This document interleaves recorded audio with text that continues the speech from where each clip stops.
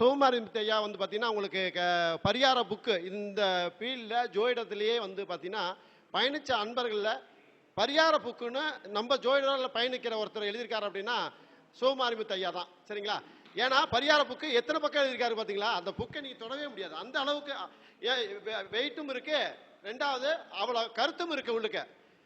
சரிங்களா? அப்ப அந்த ஜோதிட பரிகாரங்களை எழுதி நாம பிரபஞ்சத்தை கொடுக்கணும் அப்படிங்கிற அடிப்படையில் வள்ளுவர் குலத்துல பிறந்து வள்ளுவர் பாணியில அவ்வளவு பரிகாரத்தை எழுதியிருக்காரு அப்படிங்கிறப்போ கண்டிப்பா பாராட்டு கொடுக்கணும். சரிங்களா? அதாவது ஒவ்வொருத்தர் நம்ம கூப்பிடுறோம் அப்படின்னா அவங்களுக்குள்ள ஒரு திறமை இருக்கும். சரிங்களா? அதை கண்டுபிடிச்சதான் நம்ம கூப்பிடுறோம். யாராவது ஒருத்தர் பெருமையா பேசியிருப்பாங்க, அதை பார்த்தா கூப்பிடுவோம். ஏதாவது ஒரு சிறப்பா செஞ்சிருப்பாங்க, அதை பார்த்தா கூப்பிடுவோம். சரிங்களா? அவருக்கு வழிகாட்டியது அப்படின்னா அந்த பரிகார புக்கு. சரிங்களா? அதே மாதிரி அன்னதானம் பண்றதுலையும் சிறப்பா நிறைய விஷயத்துக்கு பண்ணியிருக்காரு. ஐயா சொன்னது மாதிரி பிணத்துக்கு எல்லாமே தன்னுடைய செலவுல வந்து மாந்திங்கிற அடிப்படையில் சூச்சமா சொன்னார் ஐயா.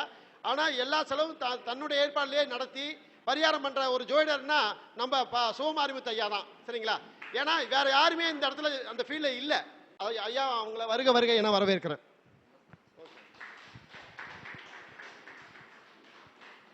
அனைவருக்கும் வணக்கம். அதாவது ரொம்ப சந்தோஷம் ஐயா. எல்லாரும் ஜோதிடர் இதில் வந்து மாதம் ஏதாவது ஒரு மீட்டிங் போட்டாங்கன்னா ஐயா வற்புறுத்தி கூப்பிடுவாங்க. அது எதுக்காக அப்படின்னா, ஏதோ ஒரு அன்பு. நம்ம எங்கெங்கேயோ மீட்டிங்கில் பேசுகிறோம், நம்மளும் ஒரு மீட்டிங் வச்சுருக்கோம். கொஞ்சம் நல்ல கருத்து சொல்கிறவங்கெல்லாம் நம்ம இடத்துக்கு வந்து பேசுனா நல்லா இருக்குன்னு அவங்கெல்லாம் வரம் இருந்து தவம் இருந்து நம்மளை இங்கே அழைச்சிட்டு வர்றாங்க.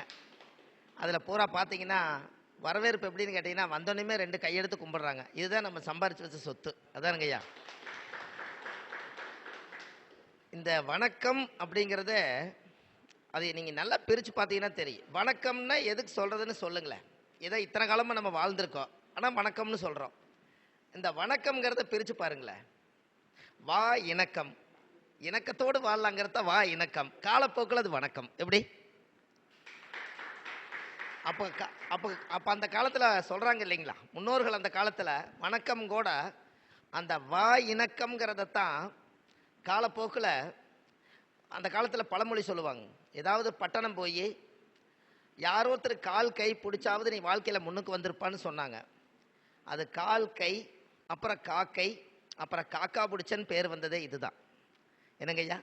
கால் கை, அதை கால் கை பிடிச்சாச்சு, மறுபடியும் கால் கை காக்கை, அப்புறம் காக்கன்னு அப்புறம் காக்கா பிடிச்சன்னு வந்ததே இந்த வார்த்தை ஒரு காலத்தில் கால் கை பிடிச்சுதான். இந்த ஜோதிடம் எவ்வளோ ஒரு சொந்தமான விஷயம்னா, அப்பளே ஒருத்தர் பேசினாருங்களா ஐயா, அந்த ஒரு 2 பேர்த்த பற்றி. அவர் பேர் என்னங்க ஐயா? இப்போ பேசினார்ல அவர் சாரதி ஐயா பேசினார். இந்த இடத்துல ஒரு பெரிய ஒரு அன்னதானம் ஒன்று அவங்க 2வது பண்ணுறேன்னு சொன்னோன்னே எனக்கு எவ்வளோ ஒரு சந்தோஷம்னு கேட்டிங்கன்னா, நம்ம அன்னதானம் பண்ணுறதே நம்மள ஒரு டெமோ தாங்க. நாம் செஞ்சால் இன்னொருத்தர் செய்வாங்க. கரெக்டுங்களா? ஒரு ஆதரவற்ற பிரேதம் ஒன்று அடக்கம் பண்ணுங்க நம்ம சொல்கிறோம்.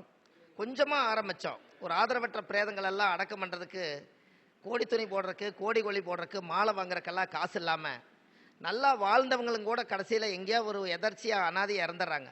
அந்த இறந்தவங்களுக்கு ஒரு மாலை மரியாதை இல்லாமல் மண்ணுக்குள்ளே போகிறாங்களேன்னு சொல்லி அதை மாந்தி வச்சு ஒரு கணக்கு போட்டு எடுத்தோம். இன்றைக்கி பார்த்தீங்கன்னா விஸ்வாமுத்திர கோயிலில் பௌர்ணமி அன்னைக்கு 2000 பேர் அந்த கோயில் இருக்கிறாங்க. இது பத்தாதுங்களா மாந்திக்கு? என்னங்கய்யா?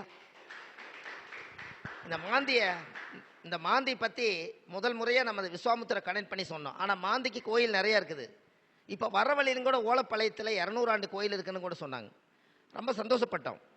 ஆனால் ஒவ்வொரு பரிகாரங்களை எடுத்து அதை ஒரு பரிசீலனை பண்ணி மக்களுக்காக நிறையா விஷயத்தை கொடுத்தோம். அந்த ஒரு விஷயத்தில் இன்றைக்கி வெள்ளக்கோவிலில் இன்றைக்கி ஒரு அற்புதமான ஒரு ஜோதிட கருத்தரங்கம். ரவிசார் ஐயா வந்து இன்றைக்கி ரொம்ப அன்போடு கூப்பிட்டார். காலையில் பார்த்தீங்கன்னா, நேற்றுக்கு நைட்டு சென்னையில் இருக்கிறேன், காலையில் 6:15 ஃப்ளைட்டு வந்தாச்சு. குளிச்சுட்டு நேராக கார் எடுத்துகிட்டு வந்து ஐயா முன்னாடி அவங்க வார்த்தை கட்டுப்பட்டு இந்த இடத்துல நம்ம கரெக்டாக நின்றுட்டோம். இதிலிருந்து என்ன தெரியுது அப்படின்னா, ஜோதிட உலகத்தில் நம்ம ஜோசியராக இருந்தால் மட்டும் 4 பேர்த்துக்கு படித்த விஷயத்தை நல்லது சொல்லணும். உங்களுக்கு ஒரு அற்புதமான ஒரு விஷயத்தை சொல்கிறேன், நீங்கள் எல்லாம் தப்பிச்சுக்குவீங்க. இந்த விஷயத்தை நீங்கள் எல்லாருமே கேட்கலாம். ஆனால் அது வந்து இப்போ முடிக்கும்போது சொல்லிடுறேன். எனக்கு ஒரு 10-15 நிமிஷம் டைம் கொடுத்துருப்பாங்க. இப்போது இதுக்கு முன்னாடி உங்களுக்கு ஒரு வார்த்தை மட்டும் சொல்லிடுறேன். இந்த 3 தலைமுறைகள் ஒருத்தர் வீட்டில் வாழ்ந்துட்டாங்கன்னா அந்த வீட்டை மாற்றி கட்டுங்க அப்படின்னு சொல்லி ஒரு கட்டத்தை போட்டு ஆராய்ஞ்சு ஒரு அற்புதமான ஆதிகால பரிகாரம் கொடுத்துருக்கேன். நம்ம 3 தலைமுறை வாழ்ந்தும் கூட இருக்கிற வாஸ்து சரி பண்ணி அதே வீட்லேயே நம்ம வாழுவோம். ஆனால் அதுக்குள்ளேயும் கூட ஒரு சின்ன ஒரு கணக்கு ஒன்று போட்டு ஒரு ரகசியத்தை உலகத்துக்கு கொடுத்தேன். எப்படி கொடுத்தேன்னா, அதாவது 3 தலைமுறைனா நம்மளுக்கு ஆயுசு ஆண்டவன் கொடுத்துருக்கிறது 120 வருஷம், நம்மளுக்கு அப்பா 120 வருஷம், நம்ம தாத்தா 120 வருஷம். 3 120 எவ்வளோன்னு சொல்லுங்க? 360. அப்போ மேசத்தில் 30 டிகிரினா ரிஷபத்தில் 60, மிதுனத்தில் 90, கடகத்தில் 120, சிம்மத்தில் 150, கன்னிக்கு வரும்போது 180, துலா ராசிக்கு வரும்போது 210, விருச்சிக ராசிக்கு வரும்போது 240, தனுசுக்கு வரும்போது 270, மகரத்துக்கு வரும்போது 300, கும்பத்துக்கு வரும்போது 330, மீனத்துக்கு வரும்போது 360. அப்போ 3 தலைமுறைக்கு 360 அந்த காலத்தில் வச்சுருக்காங்க. இதில் மேசத்தில் இருந்து கடகம் வரைக்கும் எடுத்தீங்கன்னா எவ்வளோ வரும்னு சொல்லுங்கள்? 120. ஒரு தலைமுறை வாழ்ந்து முடிச்சிட்டாங்க. அதே வீட்டுக்குள்ளே தான் ராசி கட்டம்ங்கிறது ஒரு வீடு.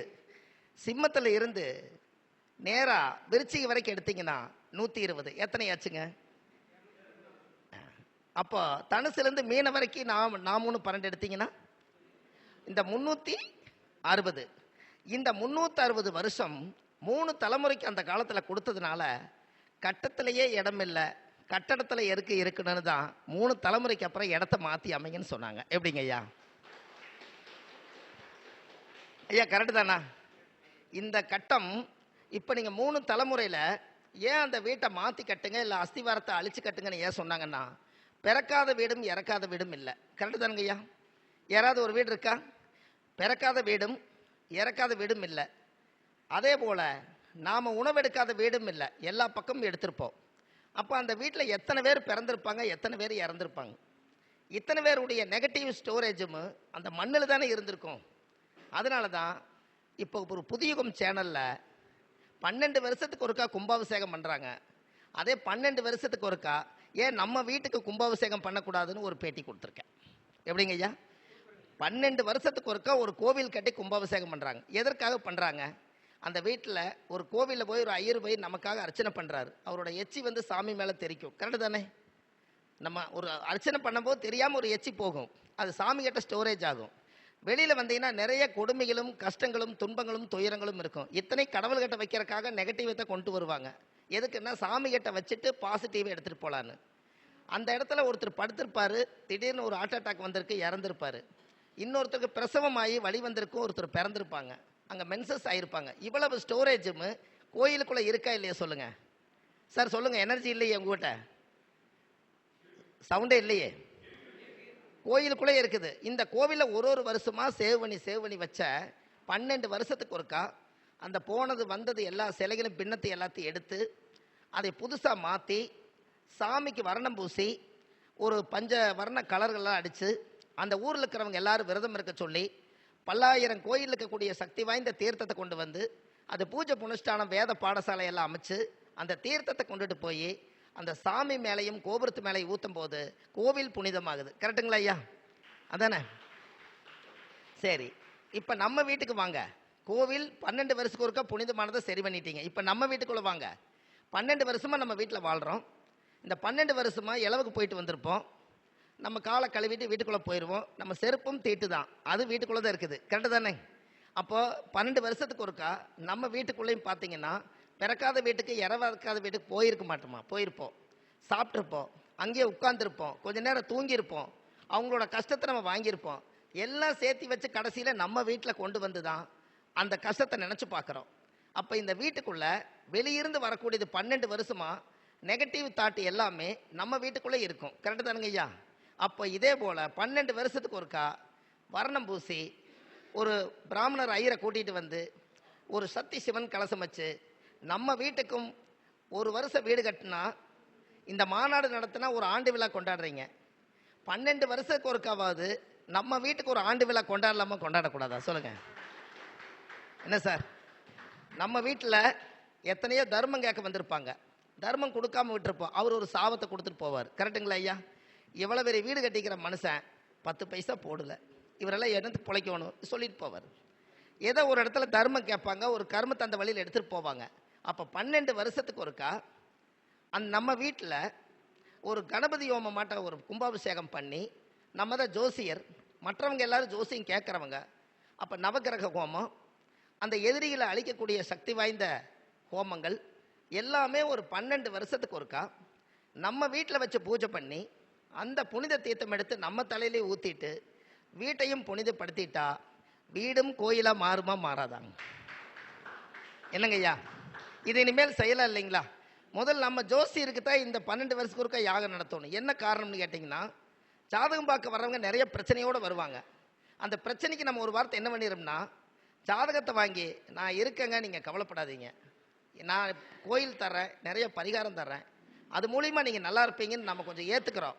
அப்போ அவங்க கர்மாவை நம்ம கொஞ்சம் வாங்குகிறோம். அப்போ நம்மளும் சுத்தமாகணுமா சுத்தமாகக்கூடாதுங்களா ஐயா?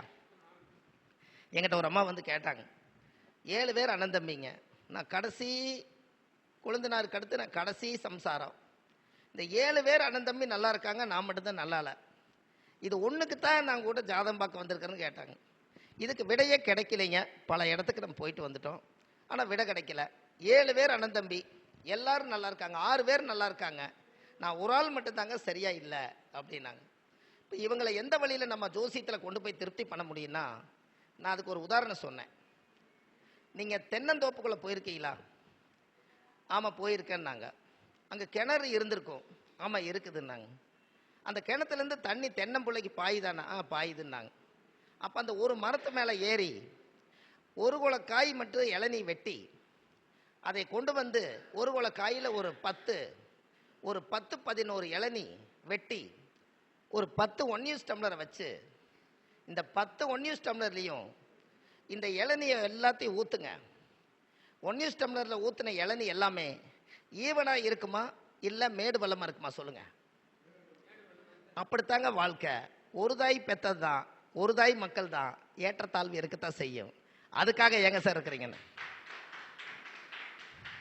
என்னங்க ஐயா, ஒரே மரம் தான் சார், அதானே, ஒரே மரம் தான், ஒரே தண்ணி தான், ஒரு கிணத்து தண்ணி தான், ஒரு தென்னை மரம் தான், ஒரு குலை காய் தான். அந்த ஒரு குலையை வெட்டி அதில் ஊற்றின தண்ணியே வேறுபாடாக இருக்குதுன்னா 7 அண்ணன் தம்பியில் வேறுபாடு ஏன் இருக்காது சொல்லுங்கள் சார்? சார் நீங்கள் எல்லாம் அமைதியாக இருக்கீங்களே சார், கரெக்டா? இது நீங்கள் ஜோசியத்தில் சொல்கிறதுக்கு சௌரியமாக இருக்குமா இருக்காதா? 7 இளநீ வெட்டி 7 டம்ளரில் ஊற்றி வச்சு 7ம் ஒன்றா இருந்துச்சுன்னா அவங்க ஒன்றா இருப்பாங்க. இங்கே ஏற்றத்தாழ்வு இருந்தால் அங்கே ஏற்றத்தாழ்வாக இருப்பாங்க. நீங்கள் ஏமா கஷ்டத்தை புலம்புறீங்கன்னு நம்மளும் சொல்லிக்கலாமா சொல்லக்கூடாதா சார்? இது ஜோசியருக்கு ஒரு டிப்ஸ் தானே.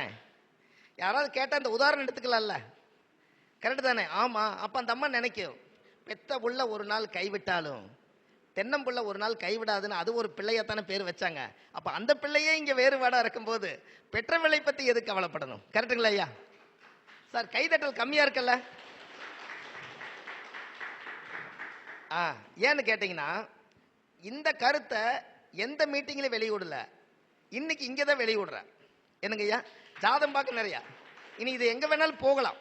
இந்த கருத்தை இங்கே தான் வெளியிடுறோம். இன்னைக்கு ஒரு நல்ல நாள்.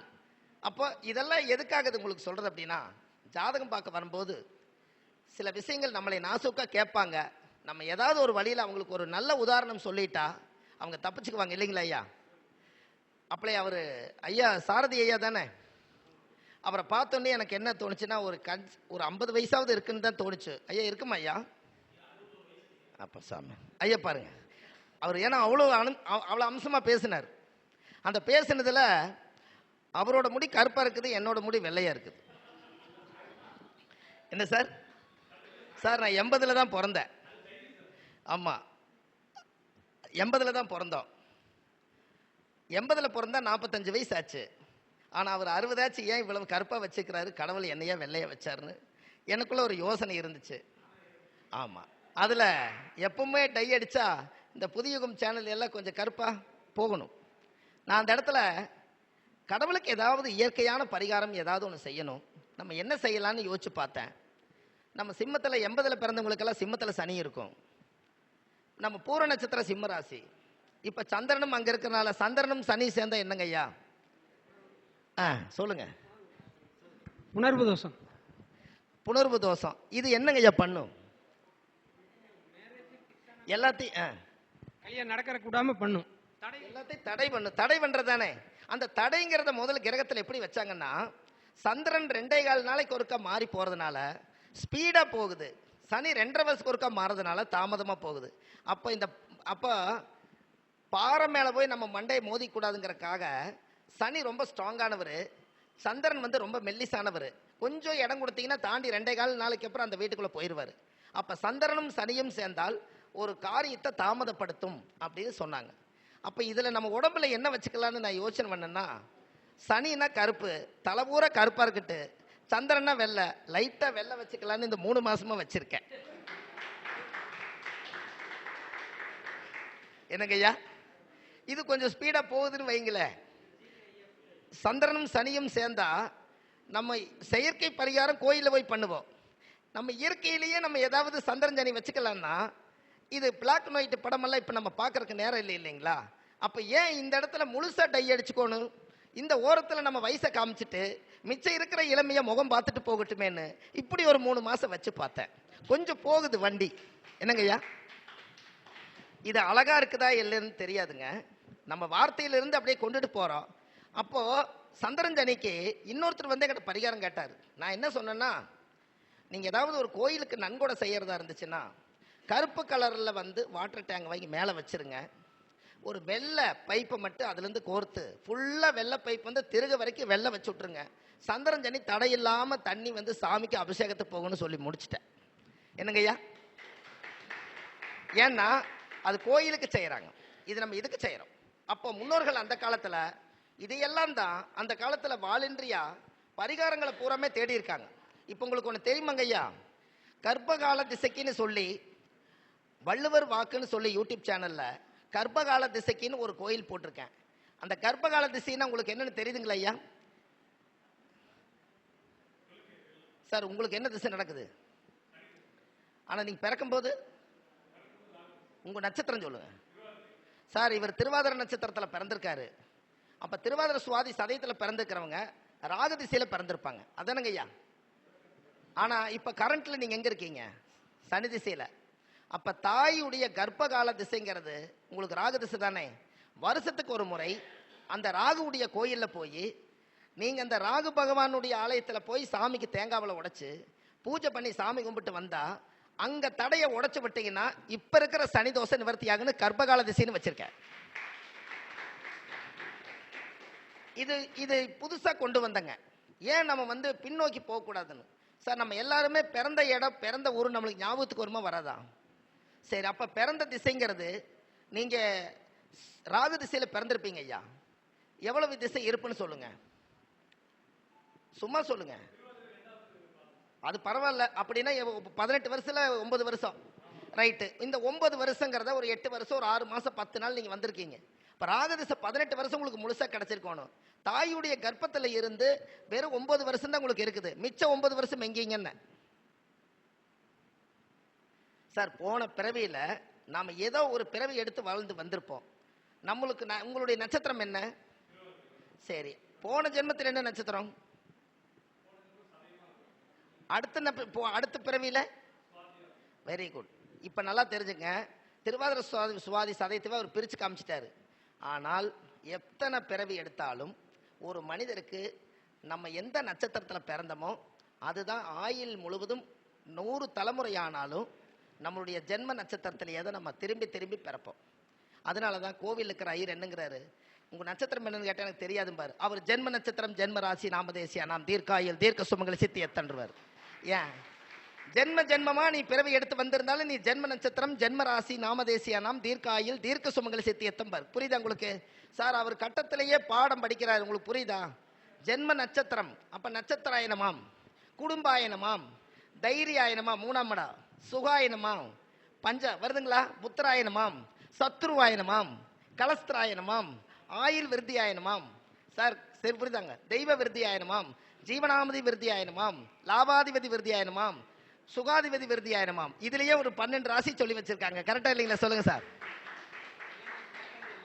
என்னங்கய்யா சொல்றாரு நினைப்போ சொன்னங்காட்டிக்கு தான் தெளிவா தெரியுது சார். சாமி கிட்ட போய் சொல்ல வேண்டியதுக்கு அவங்களுக்கு ஐயாவுக்கு ஐயரு ஐயாவுக்கு என்ன கடமைனா, அவங்க என்ன கொடுத்தாங்களோ அதை வாங்கி கொண்டு வந்து என் காதில் சொல்லுங்கிறக்காக அர்ச்சனைன்னு பேர் வச்சாங்க. உங்களுக்கு பிரச்சனை இல்லைன்னா கடவுளுக்கு அர்ச்சனை இல்லை, அதானே சார்? அதானே சார், உங்களுக்கு பிரச்சனை இல்லைன்னா கடவுள் கேட்ட அர்ச்சனை இல்லை, நீங்க எதுக்கு கோயிலுக்கு போறீங்க சொல்லுங்க சார்? சார் அப்படித்தானே? அப்ப நம்ம திருநூறு, சந்தன, குங்குமம் எதுக்கு நம்ம வைக்கிறோம்? இதை நெத்தியில கொஞ்சம் வச்சிருந்தா அழிஞ்சு போச்சு. ஆனா சந்தன, குங்குமம் எல்லாமே வச்சோம். காலையில் எந்திரிச்சா ஒரு ஆச்சாரமா நம்ம குளிச்சுட்டு ஒரு 3 பட்டையை அடிச்சு ஒரு சந்தனம் ஒரு குங்குமம் வச்சா ஒரு மனசுக்கு ஒரு திருப்தியா இருக்கும். இல்லாம வெளியே வந்தா ஒரு மாதிரியா இருக்கு. கரெக்ட் தானுங்க ஐயா? வச்சு பழகினவங்களுக்கு அதானே.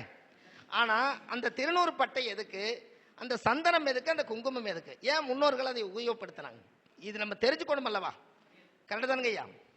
நம்மளுடைய உயிரணுக்கள் சுக்கிரனுங்கிறது அது வெள்ளையா இருக்கிறதுனால அது திருநூறா மாறிச்சு. என்னங்க, அது பெண்களுக்கு ரத்த நிறத்தில் இருக்கிறதுனால அது சிவப்பா மாறிச்சு. இரண்டும் சேர்ந்து ஒரு குழந்தை உருவாக்கணுங்கிறதுக்காக சந்தனம் பிளஸ் சந்தானமா மாறிச்சு. எப்படிங்க ஐயா? இது அந்த காலத்துல திருநூறு, சந்தன, குங்குமம் வச்சுக்கிறவங்க குடும்பத்தோடு போய் ஏன் ஊர்ல சந்தனம் மாறல கல்யாணம் கேட்டாங்களா இல்லைங்களா? அந்த காலத்துல குருவை இயக்கியிருக்காங்க, சந்தனத்தை இயக்கியிருக்காங்க. சாமிக்கு என்னென்ன பொருளுங்க ஐயா நீங்க கொண்டுட்டு போவீங்க? தேங்காய் பழம், வெத்தலை வாக்கு, பத்தி சூடா. அதான் தேங்காய் பழம், வெத்தலை வாக்கு, பத்தி சூடா, அதானுங்க ஐயா? இதான் பாரம்பரியம். கரெக்டு தானே? இந்த வெத்தலையை நீங்க கிள்ளிட்டு சாமிக்கு படைச்சிட்டு கொண்டு போய் வச்சீங்கன்னா வெத்தலை திரும்ப வராது. கரெக்டு தானுங்க ஐயா? இந்த பாக்கு இவ்வளவு பெருசு இருக்கும், அதை 4-3 கீத்து போட்டு சாயத்துல நினைச்சு பாக்க படைச்சிட்டீங்க, அதை கொண்டு போய் மறுபடியும் வச்சீங்கன்னா பாக்கு வராது. கரெக்டுங்களா? அதுக்கு அடுத்தது திருநூறு, சந்தன, குங்குமம் இதெல்லாமே விட்டுருங்க. வெத்தலை பாக்கு முடிச்சிட்டீங்க. இந்த வாழைப்பழம் இருக்கா இல்லையா? இந்த வாழைப்பழத்தை உளிச்சு சாமிக்கு படைச்சிட்டு மறுபடியும் வாழைப்பழத்தை மண்ணில் வச்சா வாழைப்பழம் வருமா? கொஞ்சம் எனர்ஜியை சொல்லுங்க சார். வராது. இந்த தேங்காயை உடைச்சிட்டு மறுபடியும் தேங்காயை மண்ணில் வச்சா வருமா? அப்ப தேங்காய் பழம் பத்தி பொருத்தி வச்சா புகையா போயிருச்சு, மறுபடியும் பத்தி உருவாகுமா?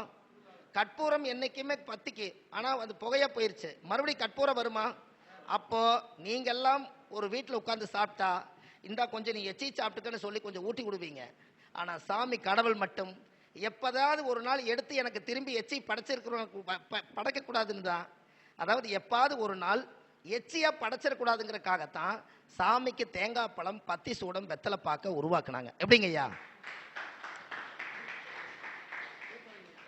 சூப்பர் சூப்பர் ஐயா. சாமிக்கு உபயோகப்படுத்துற பொருளை நம்ம எடுத்துக்கலாம், ஆனா நம்ம சாப்பிட்ட பொருளை சாமிக்கு வைக்க கூடாதுன்னு அந்த காலத்திலேயே தேங்காயை உடைச்சா மண்ணுக்குள்ள வச்சா வராது, பழத்தை ஒளிச்சு வச்சா பழத்துக்கு படைச்சா வராது, பத்தி பொருத்தி வச்சா பத்தி திரும்பி வராது, சூடத்தை பொருத்தி வச்சா சூடம் மறுபடியும் உருவாகாது, வெத்தலை கிள்ளி வச்சா வெத்தலை வராது, பாக்க அறுத்து போட்டு பாக்க வச்சா வராது. எது மறுபடி உற்பத்தி ஆகாதோ அதை மட்டும் கடவுள் எடுத்துக்கிட்டார். எப்படி? எதுவும் வராது, அது வராதுங்க ஐயா. அதாவது என்னன்னா, இந்த முதல் ஆதி காலத்துல முன்னோர்கள் இதையெல்லாம் உருவாக்கியிருக்காங்க. ஐயா அது கரெக்டு தானே? சரி சார், ஒரு கோயில்ல போய் பார்த்தீங்கன்னா இந்த மாதிரி வெள்ளையா இருக்கிற இடத்துல காவி ஒன்று வச்சிருப்பாங்க, மறுபடியும் வெள்ளை, மறுபடியும் காவி, மறுபடியும் வெள்ளை, மறுபடியும் காவி, இப்படித்தானே கோயிலோட. அந்த காலத்துல பஞ்சவர்ண கலர் கிடைக்காத காலத்துல இதை வச்சிருப்பாங்க. பார்த்துருக்கீங்களா? பார்த்துருக்கீங்களா ஐயா? சில கோயில் என்ன இருக்கா சார்? கொஞ்சம் எனர்ஜியா சொன்னீங்கன்னா வச்சுக்கோங்க, அது விஷயத்தை நம்ம சொல்லல சார். இதுல இருந்து என்ன தெரியுது?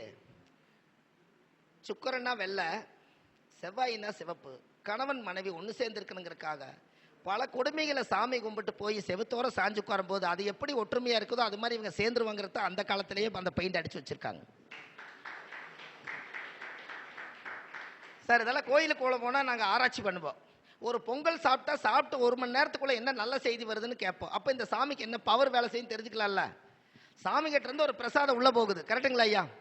சார், சாமி கோயிலுக்குள்ள நீங்க ஒரு பிரச்சனைக்கு போயிருப்பீங்க, ஒரு பொங்கல் வாங்கி சாப்பிட்றீங்க, சாப்பிட்டு 1 மணி நேரம் இந்த கோயிலில் உட்கார்ந்துருந்தீங்கன்னா உங்களுக்கு என்ன நல்ல சகனம் கிடைக்குது, அதை வச்சு இந்த சாமிக்கு பவர் என்னன்னு நீங்க ஆராய்ச்சி பண்ணிக்கலாம்னு சொல்ல வர.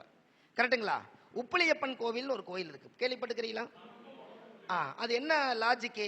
கோயிலுக்குள்ளேயே உட்கார்ந்து சாப்பிட்டீங்கன்னா இனிப்பா இருக்கும், கொஞ்சம் அவுட்டர் வெளியில போய் சாப்பிட்டீங்கன்னா உப்பு கறிக்கும். அதனாலதான் உப்பிலியப்பன் கோயில். கரெக்டு தானே சார்? அப்படித்தானே? உப்பிலியப்பன் கோவில், அந்த உப்பிலியப்பன் கோவில் இன்னைக்கு வரைக்கும் அந்த பாரம்பரியம் இருக்கு. ஒவ்வொரு கோயிலையும் ஒரு சரித்திரத்தை உருவாக்கி வச்சிருக்காங்க. கரெக்டு தானுங்க ஐயா? அந்த காலத்துல முன்னோர்கள் இது எல்லாத்தையும் உருவாக்கி வச்சதுனால தான் இந்த ஆதிகால பரிகாரம்னு சொல்லி நம்ம இந்த உலகத்துக்கு கொடுத்தோம். இந்த பரிகாரத்தில் இப்போ நிறையா சார், இப்போ எல்லாரும் தாமரை குளியல் நல்லா குளிக்கிறாங்களா சார்? சார் எல்லாருமே தாமரையில் குளியல் குளிக்கிறாங்க. நம்ம என்ன சொன்னோம்? தாமரையை உதுத்து வியாழக்கிழமை அன்னைக்கு உள்ளே போட்டு கொஞ்சம் பன்னீரை ஊற்றி ஒரு குடம் ஊற வச்சிருங்க. வெள்ளிக்கிழமை காலையில் நீங்கள் எப்பவும் போல் குளிச்சுட்டு இந்த தாமரை தீர்த்தத்தை எடுத்து உங்கள் தலையில் கடைசியாக ஊற்றிட்டு வந்தால் உங்கள் முகம் பொலிவாக இருக்குன்னு லட்சக்கணக்கான மக்கள் நீங்கள் தாமரை குளியல் குளிக்கிறாங்க. எப்படிங்க ஐயா? பிரதோஷம் வந்துருச்சு. பிறருடைய தோஷத்தை நீக்கிறது பிறர் தோஷம், காலப்போக்கில் அது பிரதோஷம்.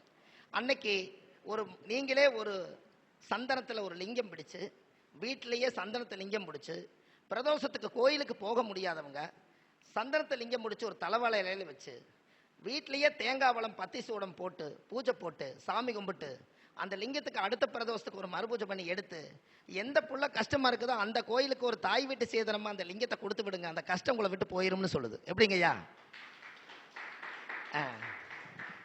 வில்வ இலை இருக்குது பாருங்க, வில்வ இலை. இந்த வில்வ இலையை கொஞ்சம் ஊற்றி பன்னீர் ஊற்றி பிரதோஷ தண்ணி குளிச்சுட்டு போனாங்கன்னா சிவன் வாசம் நம்ம உடம்புல இருக்கும். வெறும் பச்சை தண்ணியில் தானே இவ்வளோ காலம் குளிக்கிறோம், கொஞ்சம் மாற்றி குளிக்கலாமே. கரெக்டு தானுங்க ஐயா? ஐயா சரியா?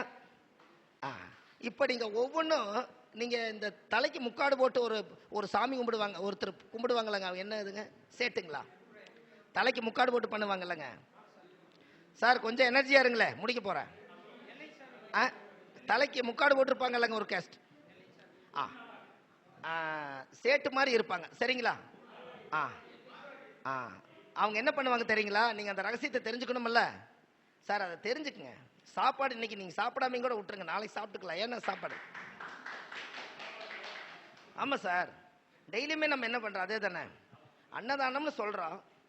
முதல் காலப்போக்கில் இது அன்னதானம் வந்துருச்சு. இதுக்கு முன்னாடி பழைய வார்த்தை என்னன்னு உங்களுக்கு தெரியுமா?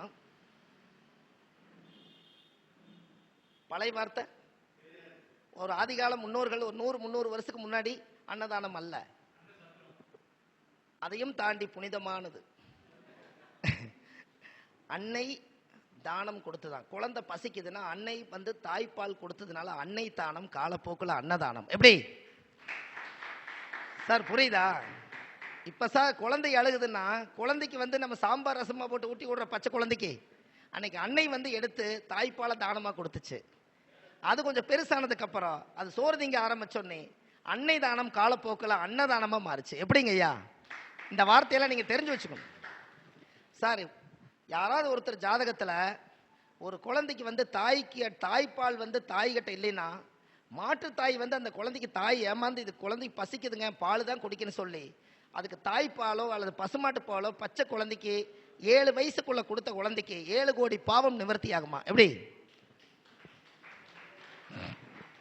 சார்? நல்லா யோசிங்க. மேச தலை, ரிஷப கழுத்து, மிதுன தோள்பட்டை, கடக மார்பு. அப்ப இந்த இடத்துல அந்த நம்மளுடைய உடம்பு அந்த மார்புக்குண்டானவர் சந்திரன் எங்க போய் உட்கார்ந்திருக்காரு? எந்த வீட்டில் உச்சம்? ரிஷபத்துல உச்சம். அந்த ரிஷபத்துல உச்சம்ங்கும் போது அது மேசம் என்பது ஒரு குழந்தை பிறக்குது, பிறந்தோன்னே பசிச்சதுன்னா வாக்குஸ்தானம் 2ஆம் பாவம், மேசத்துக்கு 2 ரிஷபம். அந்த ரிஷபத்துக்குள்ள இருக்கக்கூடிய பசுமாடு அது ரிஷபம்னு பேர் வச்சிங்க. ஒரு நாள் தாய்க்கு தாய்ப்பால் வத்தி போச்சுன்னா பசுமாட்டு பாலை கொடுத்தாவது அந்த தாய் வளர்த்தனுங்கிறதுக்காகத்தான் அன்னைக்கு ரிஷபம்னு பேர் வச்சாங்க சார். புரியுதா உங்களுக்கு? ஏன் பசுமாடு கூட வருதுன்னு? 4ஆம் இடம்ங்கிறது வீடுன்னு சொல்லிட்டீங்க. வீடு கட்டுனொன்னே எந்த ஜீவனை கூட்டிட்டு முதல் பூஜை பண்றீங்க? பசுமாடை கூட்டிட்டு வரீங்க. அப்ப 4ஆம் அதிபதி உச்சம்னா வீடு கட்டி பிரவேசம் பண்ணும்போது தான் நீங்க வீட்டுக்கு முதல் ஜீவனங்கள் மனிதர்கள் வராதுக்கு முன்னாடி பசுமாடை கூட்டிட்டு அந்த மகாலட்சுமி ஐஸ்வர்யம் அந்த வீட்டுக்குள்ள முதன்னு வரணுங்கிறதுக்காகத்தானே அந்த பசுமாடை கொண்டு வரீங்க. அப்ப மேசத்துக்கு 4ஆம் இட வீடு, 4க்கு அதிபதி ரிஷபம், சந்திரன் உச்சம். அதனால அங்க தாய்ப்பாலும் அங்கதான், நீங்க வீடு கட்டி தொட்டில் கட்டி தூங்குற இடமும் அங்கதான், 4ஆம் இடம் தாயுடைய மடி அங்கதான், அவங்க ரிஷபம் என்பது அங்க சந்திரன் முழு தாய் உச்சமாகிற இடம் அங்கதான். அப்ப இது எல்லாமே அந்த காலத்துல பசுமாட்டுக்கும் பெற்ற தாய்க்கும் அந்த பால் ரிஷபத்துக்குள்ளையும் கடகத்துக்குள்ளையும் தான் ஆதி காலத்துல ஒரு பெரிய ரகசியமா வச்சிருக்காங்க. நீங்க கடகம் என்பது நண்டு, கரெக்டு தானுங்க ஐயா? சார் அதானா? இந்த கடகம் என்பது நண்டு அதானே? இந்த நண்டு கன்சீவ் ஆயிருச்சுன்னா எப்படி குஞ்சு பொரிக்கும் சார்? அது மேலே ஓடு கீழே ஓடு பேக்கேஜ் ஆயிருச்சு, எப்படி வரும்? தன்னுடைய தாய் நண்டு ஓடு உடைஞ்சு குஞ்செல்லாம் பொழைச்சிக்கும், தாய் இறந்துடும். தியாகம் செய்யக்கூடிய ஒரே ராசி கடகராசி. எப்படிங்கய்யா? விருச்சிகம் கேட்குறாரு பாருங்க சார். விருச்சிகம் கேட்குறாரு. விருச்சிகம்னா தேளு. இந்த தேள் எப்படி மாட்டு சாணம் கொண்டு போய் எங்கே போடுறீங்களோ அதுக்குள்ளே வந்து 1 மாதம் 2 மாதம் கிளம்பிச்சு அந்த மாட்டு சாணத்தை யாரும் எடுக்காம விட்டீங்கன்னா உள்ள குச்சி வெட்டி எடுத்து பாருங்க 100 தேள் வெளியில் வரும். சார் புரியுதா? மாட்டு சாணத்தை 1 மாசமோ அல்லது 2 மாசமோ அதை எடுக்காம விட்டுட்டீங்கன்னா அதுக்குள்ள தேள் ஒரு 100 தேள் வெளியில் வரும். அதனால தான் நான் சாணம் எடுக்க போனால் தேள் கொட்டிச்சுன்னு சொன்னாங்கல்ல அந்த காலத்தில் பழமொழி. ஏன் இப்படி சொன்னாங்கன்னா இதுதான் அந்த லாஜிக். அதுக்கு தான் பாருங்க அந்த மாட்டு சாணத்துக்கும் இந்த தேளுக்கு என்ன தொடர்புன்னு சொல்லுங்க சார். மாட்டு சாணத்துக்கு தேளுக்கு என்ன தொடர்புன்னு சொல்லுங்க. ரிஷபத்தில் வந்து மாடு இருக்குது, அதோட 7ஆம் பார்வை எங்க விழுகும்? அதனால அது விருச்சிக தேளா மாறிச்சு. எப்படிங்கய்யா? சார் உங்களுக்கெல்லாம் கை தட்டுறதுக்கு வந்து உங்களுக்கு எப்படி சொல்றீங்க சார்? நீங்க கை தட்டணும்ல சார். பசுமாடு வந்து அங்க சாணம் அங்க விழுகுது, சாணத்திலிருந்து உங்களுக்கு தேள் வருதா இல்லையா? அப்ப விருச்சிகம் என்பது பலகால ராசியா இருந்தாலும் அந்த விருச்சிக உருவானதே பசுமாட்டு சாணத்துல தான். கரெக்டுங்களா? அப்போ யாரெல்லாம் விருச்சிக ராசியில பிறந்துக்கிறாங்களோ அவங்க சந்திர நீசம்னு நினைச்சுக்கிட்டு இருப்பாங்க. அதானே? டிகிரியில எல்லாம் தாண்டி போனவனு. நீங்க விருச்சிக ராசிக்காரர்களுக்கு முழு தோஷம் எது தெரியுங்களா? பசுமாடை வீட்டுக்கு கூட்டிட்டு வந்து 19 முறை சுத்தி பசுமாடை வீட்டில் வச்சு கோமாதா அந்த அந்த மேதகம் அந்த யூரின் எல்லாமே கம்ப்ளீட்டா அந்த வீட்டில் ஒரு நாள் நீங்கள் பசுமாடை கட்டி வச்சு நீங்கள் அங்கே பசுமாட்டுக்கு வந்து ஒரு நாள் பூரா நீங்கள் உணவு கொடுத்தீங்கன்னா விருச்சிக ராசியில் பிறந்தவங்களுக்கு அன்னையிலேருந்து வாழ்க்கையில் ஒரு பெரிய மாற்றம் உருவாயிரும். என்னங்கய்யா? எத்தனை நட்சத்திரம் இருக்குதுல்ல சார்? அதில் எத்தனை நட்சத்திரம் இருக்கு? எத்தனை நட்சத்திரம் இருக்குது? விசாகம் இருக்குதுங்க, அதுக்குள்ளதான். விசாக நட்சத்திரம் 3 பாதம் அதுக்குள்ளதான் இருக்குது. திருச்செந்தூர் முருகர் அதுக்குள்ளதான் இருக்கார். செவ்வாய் வீட்டில் செவ்வாய் பலமா இருக்கார். அதுக்கடுத்து என்ன நட்சத்திரம்? அனுசம். அணு சம் இல்லைங்களா? அணுனா உயிர். அதனாலதான் என்ன சொன்னாங்க சார்? காலச்சக்கரத்துக்கு ஆயுள் ஸ்தானம் எத்தனாம் இடம்? 8ஆம் இடம். 8ஆம் இடம் வந்து எந்த வீடு வரும்? விருச்சிகம் வரும். விருச்சிகத்தில் இருக்கிற நட்சத்திரம் என்ன? நடு நட்சத்திரம். அது அணு சமத்தை விட்டுருங்க. அணுன்னா என்ன? உயிர். அதனால 8 உயிர் போச்சுன்னா அங்க சுடுகாட்டுக்கு போகணுங்கிறதுக்காகத்தான் அணுசம்னு வச்சிருக்காங்க. என்னங்கய்யா? அணுனா உயிர். உயிர் போகிற இடத்தை உருவாக்குற இடம் இதுதான். அப்போ அணுசம் இருக்கு. சனியோட கர்மம் அங்கதான் இருக்கு. கரெக்டுங்களா ஐயா? அதுக்கு அடுத்தது கேட்டை இருக்குல்லங்கம்மா. கேட்டை இருக்குது. நம்மளை சுத்தி ஒரு காம்பவுண்டு செவரு நமக்கு ஒரு அலைவரிசையா இருக்கிறக்காக அந்த காலத்திலேயே நம்மளுக்கு அறுக்க போடுறதுக்காக கேட்ட நட்சத்திரம்ங்கிறது நம்ம முன்னோர்கள் அந்த காலத்தில் புதனை கொண்டு போய் அங்கே வச்சிருக்காங்க. அப்போ இந்த இடத்துல பாருங்க, குரு சனி புதன் இவங்க 3 பேருமே இதுக்குள்ள இருக்காங்க இல்லைங்களா? இந்த 3 பேருமே விருச்சிகத்துக்கு தொடர்பா இருக்கிறனால தான் ரிஷபம் இங்கிருந்து பார்க்கறனால அந்த வீட்டில் பசுமாடை காலையில் சிவன் கோயிலில் போய் பார்த்தீங்கன்னா பசுமாட்டுக்கு ஒரு கோமாதா பூஜை பண்ணுவாங்க. காலையில் இந்த ஆதிகால பரிகாரமா எடுத்து அந்த கோமாதாவோடவே பூஜை முடி வரைக்கும் கூட நின்னாலே விருச்சிகம் ஃபர்ஸ்ட் கிளாஸாக வேலை செய்யும். எப்படிங்க ஐயா? இது எல்லாம் தான் ஒரு மனிதனுடைய வாழ்க்கையில் நம்ம தெரிஞ்சுக்க வேண்டிய விஷயம். அப்போ இதெல்லாம் ஆதிகால பரிகாரத்தில் பாகம் 2 அடிச்சுட்டு இருக்கிறோங்க. பாகம் 2 அடிச்சிருக்கோம். இந்த பாகம் 2ல் எப்படி வருது அப்படின்னு கேட்டிங்கன்னா டிவியில் படம் ஓடுற மாதிரியே வருது. அதாவது எதுவாக இருந்தாலும் அந்த காலத்தில் முன்னோர்கள் எப்படி எல்லாம் வாழ்ந்தாங்களோ அந்த வாழ்ந்த வாசத்தை எடுத்து ஆதிகால பரிகாரம் 1330 பேப்பர் ரெடி பண்ணி இது ஒரு 6 கிலோ 7 கிலோவில் அந்த புத்தகம் நல்லா பெருசாக தயார் பண்ணி வரலாறு பெற்ற புண்ணிய ஒரு வரலாறாக இருக்கணுங்கிறதுக்காக அந்த புத்தகத்தை எல்லா ஹோல்சேலாக உலகத்தில் எங்கெல்லாம் முன்னோர்கள் வாழ்ந்திருக்காங்களோ அதை எல்லாத்தையும் எடுத்து ஒரு பரிகார புத்தகமாக வச்சுட்டு போயிட்டோம்னா நம்ம வாழ்க்கையில் பின்னாடி ஏதாவது ஒரு சந்ததிகள் யாராவது வந்து அடுத்த தலைமுறைக்கு நம்மளுக்கு ஏதாவது வேணுங்கிறக்காக இப்போவே அது ப்ரிப்பேர் ஆகுது. நீங்கள் உங்கள் வீட்டில் போய் ஒரு டைரி ஒன்று எடுத்து ஒரு விஷயம் மட்டும் செய்யுங்க. உங்கள் குலதெய்வம் எந்த ஊரில் இருக்குதுன்னு எழுதுங்க. உங்கள் அப்பா அம்மா பேர் எழுதுங்க. உங்களுடைய குழந்தைகள் உங்களுக்கு எத்தனை பேர்னு எழுதுங்க. நீங்கள் எந்த மண்ணில் பிறந்தீங்களோ அதை எழுதுங்க. நீங்கள் என்ன தொழில் பண்ணீங்களோ அதை எழுதுங்க. இது மட்டும் எழுதி வச்சிருங்க. அடுத்த தலைமுறையில் ஜோசியர்கிட்ட வந்து குலதெய்வம் எங்கே இருக்குன்னு யாருமே கேட்க மாட்டாங்க, நீங்கள் எழுதி வச்சா. எப்படிங்க ஐயா? சார் அதானே, எழுதி வச்சிங்கன்னா நீங்கள் அடுத்த தலைமுறையில் நீங்கள் பிறப்பு இறப்பு இடம் எதுன்னு கண்டுபிடிச்சி அடுத்த தலைமுறை வந்து அந்த குலதெய்வத்தை நீங்கள் விளக்கு போட்டு அமைச்சிட்டு போயிடுவீங்க. அந்த விளக்கை பற்ற வைக்கிறதுக்கு அடுத்த வாரிசு பிறக்கும். அப்போ இந்த ரெக்கார்டு பதில் சொல்லுமா சொல்லாதா? சொல்லுங்கள். அப்போ இந்த ஆதிகால பரிகாரம்ங்கிறத நாம் இன்னைக்கு இந்த புத்தகத்தில் எழுதிட்டோம். அதில் சின்னதாக ஒரு பட்டம் கொடுத்தாங்க, ஜோதிட ஞானின்னு ஒரு பட்டம் கொடுத்தாங்க. அதையவே போட்டுட்டேன், ஜோதிட ஞானி சுபமாரிமுத்துன்னு போட்டுட்டேன். ஒரு 100 வருஷமோ அல்லது 300 400 வருஷத்துக்கு அப்புறம் நம்ம இல்லாத காலம்னு ஒன்று இருக்கும். அப்போ அடுத்த தலைமுறை வரும்போது எப்படி யாரோ ஒரு ஞானி எழுதிக்கிறான்னு தானே சொல்லுவாங்க. என்னங்க ஐயா சார், ஞானி எழுதிக்கிறான்னு சொல்லுவாங்க. ஆனால் நம்ம ஞானி இப்போ இல்லை. ஆனால் 400 வருஷம் ஆனால் ஞானின்னு பட்டம் கொடுப்பாங்க. இல்லைங்களா ஐயா? பிரபஞ்சத்தில் போயிருக்கு. இப்போ சப்த ரிஷிகளையும் 18 சித்தர்களையும் நம்ம ஞானின்னு தான் நம்ம சொல்கிறோம். ஆனால் அவங்க எந்த ஜென்ரேஷனில் அவங்க விட்டுட்டு போனாங்கன்னு தெரியாது. அதே மாதிரி ஜோசியர் எல்லாமே ஒரு சித்தருக்கு சமம் தானே சார்? அதானே சார்? உங்களுக்கு கடவுளுடைய தூதரா இல்லையா? நீங்கள் மட்டும் சொல்லுங்க சார், நீங்கள் கடவுளுடைய தூதரா இல்லையா? ஜாதகம் பார்க்கறக்கு மனவேதனையோட போனா கவலைப்படாதம்மா, உன்னுடைய கிரக நிலவுரை என் கையில் இருக்கு. இன்னும் 1 மாசம் போனா உன் வாழ்க்கையில் நீ எதுக்கு சாக போற, இழந்ததெல்லாம் மீண்டும் வரப்போகுதுன்னு சொன்னோன்னே அந்த அம்மா பூஸ்ட் ஆயிடுறாங்க சார். அதானே? அந்த அம்மா நான் நீ வாழவே முடியாதுங்க, என் புருஷங்கிட்ட இனிமேல் நான் பிழைக்க மாட்டேன், என் குழந்தைகளெல்லாம் விட்டுட்டு நான் எங்கேயாவது போய் சாகலான்ட்டு இருக்கிறேன்னு நினச்சிட்டு வரவங்களுக்கு ஜாதகம் பார்க்க வந்தா எல்லா கணக்கும் போட்டு இந்த 30 நாளில் உங்களுக்கு இந்த புத்தி மாறுது, இந்த திசையிலிருந்து வெளியே வர போகிறீங்க, உங்கள் பட்ட கஷ்டமெல்லாம் நீங்கிருன்னு நீங்கள் ஒரு நல்ல ஒரு பூஸ்ட் ஒரு வார்த்தை சொன்னால் அந்த அம்மா தற்கொலை முயற்சிக்கு போன அம்மா சரி சாகிறது எப்போ வேணாலும் செத்துக்கலாம், 30 நாள் தானே அதுக்கப்புறமாவது பார்த்துக்கலான்னு அந்த அம்மா வீட்டுக்கு உயிரோட போவாங்க. 30 நாளுக்கு அப்புறம் பிரபஞ்சத்தில் சார் 30 நாளைக்கு அப்புறம் பிரபஞ்சத்தில் அந்த அம்மாவை பாதுகாப்பு பண்ணுறதுக்கு யாரோ ஒருத்தர் இருப்பாங்கல்ல. ஏன்னு நம்ம கிட்ட யாரும் ஜனனத்தை கணிக்கத்தான் நம்ம பிறந்திருக்கோம், மரணத்தை கணிக்க கூடாது. கரெக்டா இல்லையா சார்? ஒன்றை நம்ம கிட்ட கொடுத்துட்டாங்க ஜனனம்னு, ஒரு வாக்குலிங்கோட இன்னும் 2-3 நாள் குழந்தை வருது சொல்லி பிறந்துருது. இல்லை ஏதாவது ஒரு வழியில் நீங்கள் ஒரு குழந்தைய நம்ம ஏதோ கணிச்சு எடுத்துடுறோம். மரணம் ஒன்று மட்டும் கடவுளை வச்சுட்டு போறாரு. ஜனனத்தை நம்ம எடுத்து அவங்கள ஜனனமோடவே நல்லபடியாக வாழ வச்சா ஜோசியருக்கு அடுத்த தலைமுறைக்கும் நாம உலகத்துக்கு அறிவு சொல்லக்கூடியவங்களா ஒரு மகானா பிறக்கலாமா விட முடியாதா? ஜோதிடம் பெரிய சார், ஜோதிடம் ஜோதிடம் ஜோசியம் இல்லை. கரெக்டு தானுங்கய்யா? திடம் அப்படின்னு என்னங்க? ஜோதி உள்ள இடம். அது என்ன சொல்லுது? ஜாதகத்தை கணிச்சு நல்லது கெட்டதெல்லாம் எடுத்து இதுதான் நடக்கும்னு திடமா சொல்லுங்கிறதுக்காக திடம்னு வச்சாங்க. அதானுங்க ஐயா? சாதகம் பார்க்க போறேன்னு சொன்னாங்க. அது என்ன சாதகம் பார்க்க போறேன்னு? நமக்கு பாதகமா இருக்கிறதுனால இந்த சாதகமா சொல்லக்கூடியவர் அவர் தான். அவர்கிட்ட போனாவது நம்ம பாதகத்தை சரி பண்ணி சாதகமா மாத்தி கொடுப்பாருன்னு சாதகம் பார்க்க போறாங்கன்னு பேர் வருது. இல்லாட்டி சாதகம் பார்க்கறன்னு ஏதாவது இருக்கா பேரு? ஜோதிடர் தானே. சயின்டிபிக் அஸ்ட்ராலஜி கன்சல்டிங் சென்டர், ஒவ்வொருத்தர் விஞ்ஞான ஜோதிடம், இப்படி என்னென்னமோ வச்சிருக்கிறோம். அப்போ எதுவுமே இல்லை.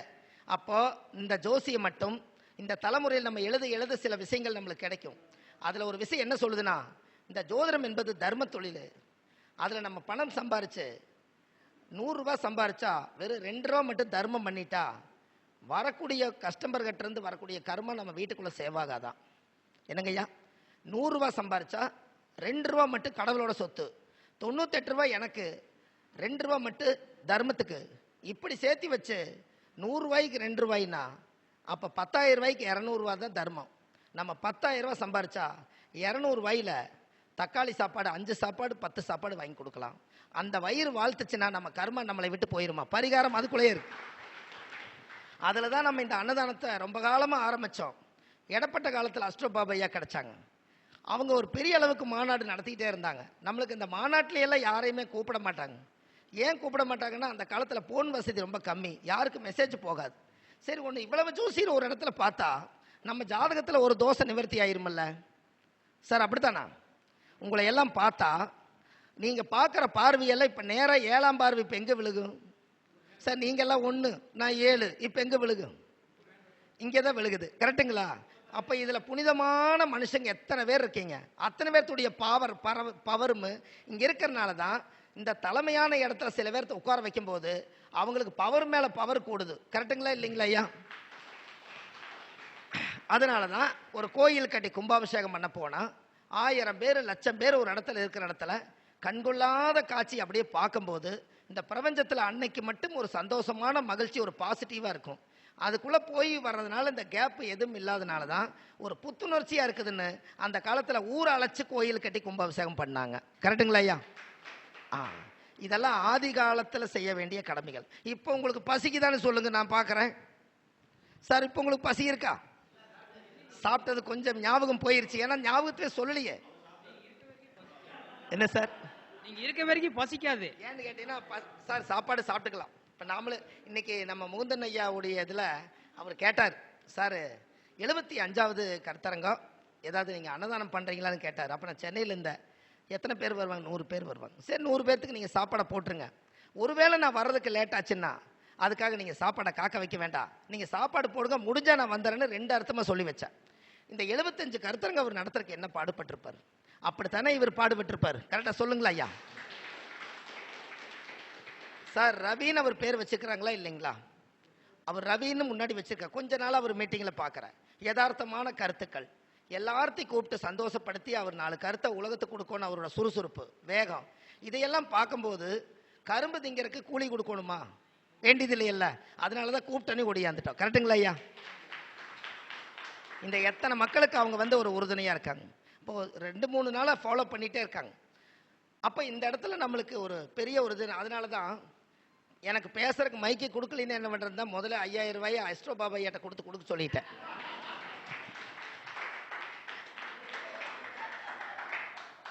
ஏன்னு கேளுங்க, நாம் வந்த நேரம் 1 மணி.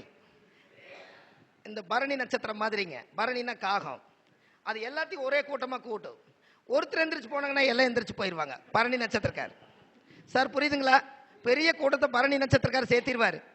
அவர் ஆகாது இந்த இடத்த விட்டு கிளம்புங்கன்னு அவர் சொல்லிட்டாருன்னா எல்லாரும் கிளம்பிடுவாங்க. அப்போ என்ன ஆகும் பிரச்சனை? நம்ம கொடுக்காம போயிருமல்ல. அதனால தான் ஐயா கிட்ட கொடுத்து மறுபடியும் எங்கிட்டயே ஆரம்பிக்கிறாருன்னு ஐயா கிட்ட சொல்றாரு. அவர் கிட்ட அந்த 5000 ரூபாய் கொடுத்து எத்தனை வருஷம் இருக்குங்க ஐயா? எனக்கு ஐயா 13 வருஷத்துக்கு முன்னாடி 5000 ரூபாய் அன்னதானத்தை கொடுத்தோம்ங்க. இன்னைக்கு 56வது அன்னதானம் அங்கே இதில் நடந்துட்டு இருக்குதுங்க, பள்ளிவாளையத்தில். அப்போ ஒருத்தருக்கு சாப்பாடு போடுறது பெரிய புண்ணியங்க ஐயா. நாம் சம்பாரிச்சு நம்மளே வாழ்ந்துட்டு நம்மளே இந்த உலகத்தை விட்டு போயிடக்கூடாது. நம்ம செய்ய இன்னொருத்தர் செய்வாங்கன்னு நான் சொன்னேன். இதை தேடிட்டே இருந்த இந்த மீட்டிங்லேயே அவர் கூப்பிட்டு இவரை சொல்லிட்டார், இவர் 2வது அன்னதானம். அப்போ அடுத்த மீட்டிங்கில் இன்னொருத்தர் பிறப்பாரா பிறக்க மாட்டாரா?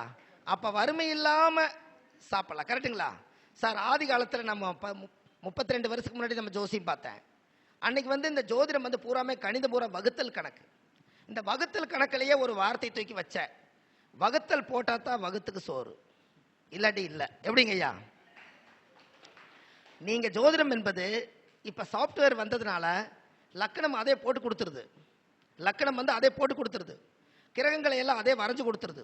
திசா புத்தி வரைக்கும் காமிச்சு கொடுத்துருது. இப்ப பலன் மட்டும் நீங்க சொன்னா போதுன்றுச்சு. அதான பிரச்சனை.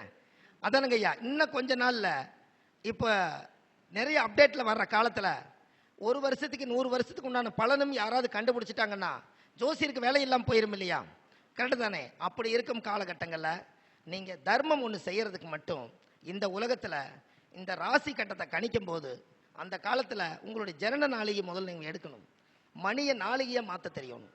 மணியை 1 மணி நேரத்துக்கு 2.5 நாளிகை, 10 மணி நேரம் குழந்தை வந்தால் அது 25 நாளிகைன்னு எழுதியிருப்பாங்க. நம்ம 6 மணிலேருந்து எண்ணிட்டு வரணும். நீங்கள் 25னா 10லேருந்து 11 எண்ண முடியாது. காலையில் சூரிய உதயம் 6 to 6 30 நாளிகை, மறுபடியும் கீழேருந்து 6 to 6 30 60 நாளிகை. இந்த 60 நாளிகை சேர்ந்தது ஒரு நாள். எப்படிங்க? இதை அந்த காலத்தில் இதை கண்டுபிடிச்சு ஒரு 70ல் ஒருத்தர் பிறந்திருப்பார். அந்த 70வது வருஷ பஞ்சாங்கத்தை எடுத்து அந்த மாதம் அந்த வருஷத்தை எடுத்து அதில் கிழமை எடுத்து அதில் அவர் எந்த தேதி எடுத்து அந்த தேதி நேரம் என்ன நட்சத்திரம் என்ன திதி என்ன யோகம் என்ன காரணம்ங்கிறத எழுதி அதில் இருந்து நாளையை பிரித்து அவருக்கு என்ன லக்னம் வருதுன்னு கட்டத்தை அமைச்சு அதில் இருக்கிற கோச்சாரத்தை கொண்டு போய் போட்டு இதுதான் உங்கள் ஜனன ஜாதகம்னு கணிச்சு கொடுக்கணும். எப்படிங்க ஐயா? என்னங்க? இதுதான். அதில் மகாதிசை வேற பிரிக்கணும். ஆதி எந்த பரம நாளிகை, தாய் மாதா கர்ப்பத்தில் சிவிட்டம் நீக்கி சென்றது போக நின்றது இருப்பு 6 வருஷம் 11 மாசம் 20 நாள்.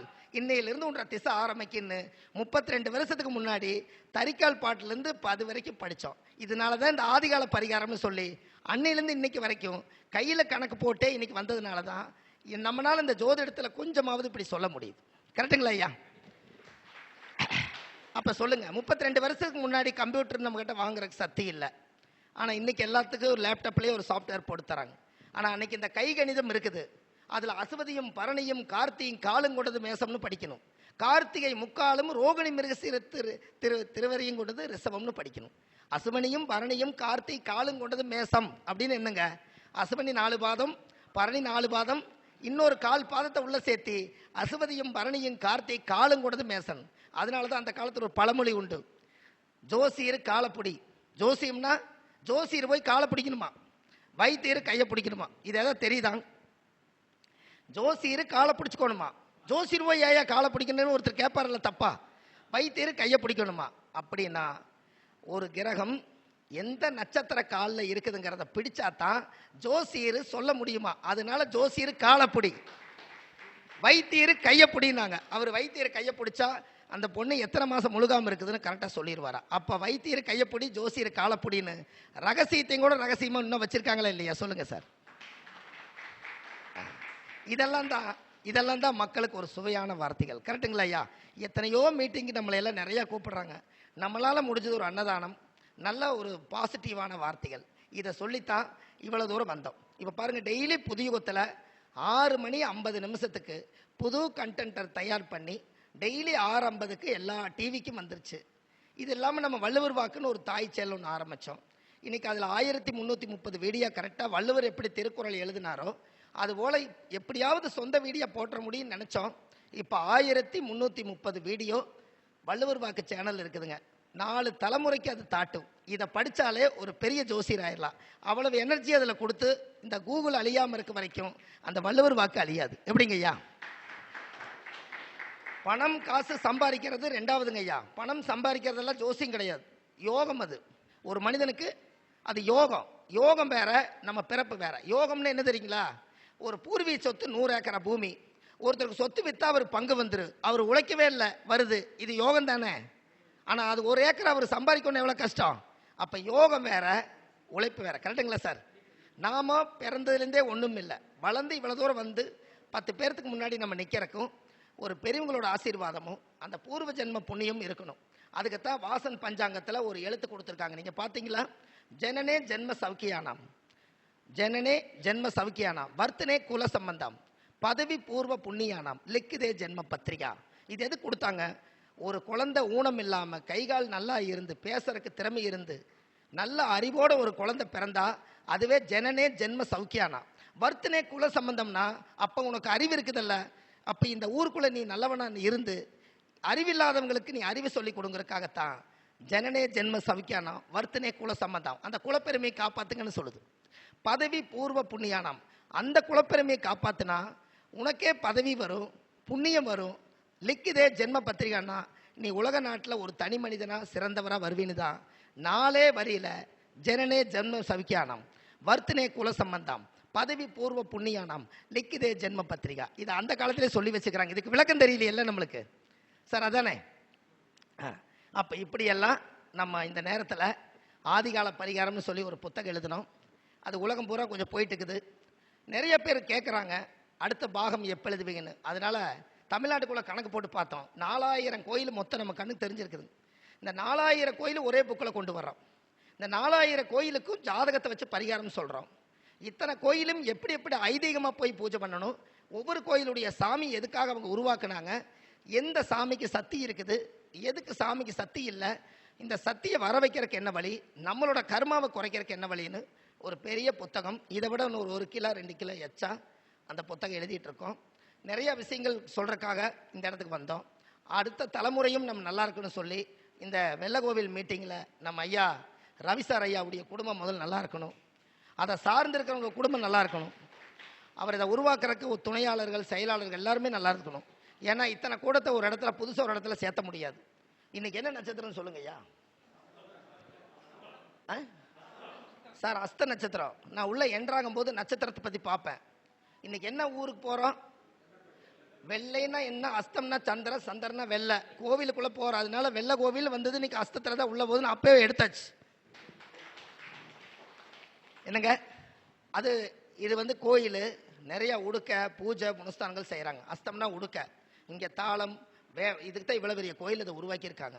2வது அஸ்தம்ங்கிறது இந்த இடத்துக்கு ஒரு பெரிய விநாயகர் சதுர்த்தியை உருவாக்குறதுக்காக அஸ்த நட்சத்திரம் உத்திராட நட்சத்திரம் சேர்ந்து தான் இந்த உலகத்தில் விநாயகரை படித்தாங்கன்னு சொன்னாங்க. அதனால் இந்த காலகட்டங்களில் நம்ம ஐயா இவ்வளோ தூரம் என்னை அழைச்சி இந்த ஆதிகால பரிகாரத்தை கொஞ்சம் பற்றி சொல்லுங்கள். நிறையா மீட்டிங்கில் நீங்கள் பேசிட்டு வர்றீங்க, கண்டிப்பாக நீங்கள் எல்லாம் வரணும்னு சொல்லி ஐயா சொன்னதுனால இந்த இடத்துல ஐயாவுடைய இந்த அறக்கட்டளைக்கு எனக்கு ஒரு 5000 ரூபாய் நான் டொனேஷனையும் கொடுத்து அவங்க இன்னும் மென்மேலும் எல்லா ஜோதிடர்களுக்கு நல்ல ஒரு உணவும் கொடுத்து ஜோதிடத்தினுடைய சுவையான ஒரு வார்த்தை கொடுக்கணும்னு சொல்லி அடியன் பாரம்பரிய திருவள்ளுவர் குலவம்சம் பிரசன்ன ஜோதிடர் சுப மாரிமுத்து வாழ்வது ஒரு முறை வாழ்த்தட்டும் தலைமுறை. நன்றி, வணக்கம்.